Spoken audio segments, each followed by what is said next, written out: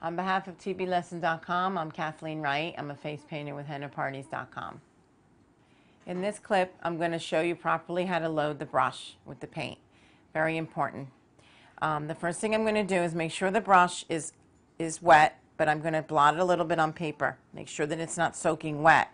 You're going to come over to your paint, whichever color. You're going to start doing strokes. It's very good to use the flat brush that I'm using that you can get with any of the proper face paint products that you can find. By doing this back and forth, you are getting enough paint on the brush where it's not going to bleed when you do a demo and when you start to do your paint. But what I do first is I use the back of my hand before I even do the tattoo.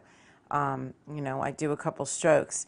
And sometimes if it's too watery, you'll be able to see because it's going to bleed on the sides. This one right now is not, but if you do too much water, like I'm going to try to demonstrate one, it should give a clean line. I'm going to show you how much water. If you have too much water, when you go like this, it's going to bleed and a lot of the paint just won't look right. So the best thing to do is to just put a little bit of water and make sure that you can get clean lines without putting too much paint.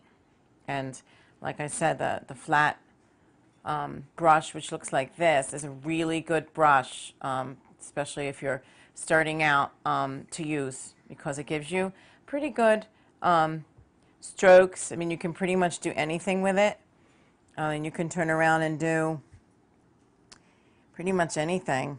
You can try to get narrow strokes by just using the edge. I'm just going to do a silly monkey here on Ricardo, but I could do fill, and then I can turn around and just do a skinny line with it too. On behalf of tblesson.com, I'm Kathleen Wright. Thanks for watching today.